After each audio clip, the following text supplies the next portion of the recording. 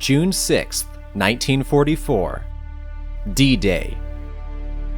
D-Day was the opening action of the Battle for Normandy, codenamed Operation Overlord, which would not be concluded until the end of August that year.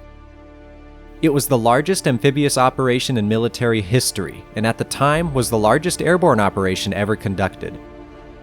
The D-Day invasion force included 7,000 ships and landing craft, nearly 12,000 aircraft, and well over 300,000 servicemen.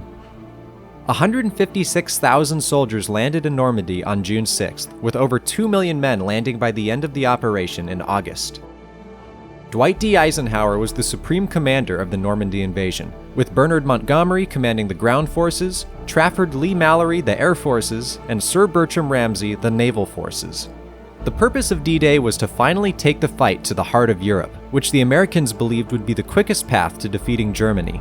The Americans had originally argued for a cross-channel invasion of Normandy as early as 1942, but a lack of resources and Britain's determination to invade North Africa and Italy postponed this invasion until 1944. Despite losing precious landing craft and troops to the Mediterranean conflicts, the delay still allowed the Allies to properly bolster manpower and equipment for a viable cross-channel invasion of Europe. Normandy was selected as a beachhead for a variety of reasons. For one, it was less well defended than the more obvious choice of Calais, which was the closest possible landing site for a cross-channel invasion. The Germans had turned Calais into a veritable fortress, and the Allies played into this by running a massive counter-espionage campaign that further convinced Hitler that Calais was the intended target. For another, the beaches of Normandy were agreeable for amphibious operations and had a grade and quality that could support both landing craft and heavy equipment. Finally, Normandy was logistically an ideal landing site. It was close enough to England to allow for proper air cover and naval resupply, and the region had a strong network of roads and railways that would allow an invasion to flow deep into Europe. Nevertheless, the Allies would still face miserable landing conditions.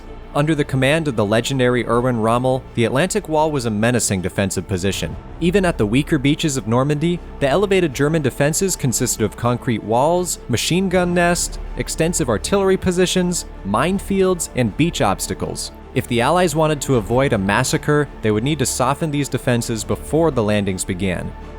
The actual date for D-Day changed many times, being first scheduled for May 1st, then for May 31st, then June 5th. Bad weather postponed the invasion one final time, and the historic date of June 6th was officially selected less than 24 hours before the invasion began. Shortly after midnight on June the 6th, 23,000 infantrymen dropped into Normandy via parachute and gliders in order to soften German defenses and seize important checkpoints. Later that morning, Allied bombers began pummeling the area, and naval forces proceeded to bombard the beaches at 5:23 a.m. At 6:30 a.m., American forces began landing on their assigned beaches, soon to be followed by British and Canadian troops at their own beaches. 5 beaches were hit in total. The Americans were responsible for Utah and Omaha, the British for Gold and Sword, and the Canadians for Juno. Omaha Beach was the bloodiest by far, with 2,400 casualties, and Utah was the lightest, with only 197 killed or wounded. By the end of the day, the Allies had broken the German line at all 5 beachheads and were continuing their advance into France. The Allies had received around 10,000 casualties, and the Germans an estimated 4,000 to 9,000. The Battle for Normandy was officially underway, and the German Third Reich was in its final days. And that is D-Day in a nutshell.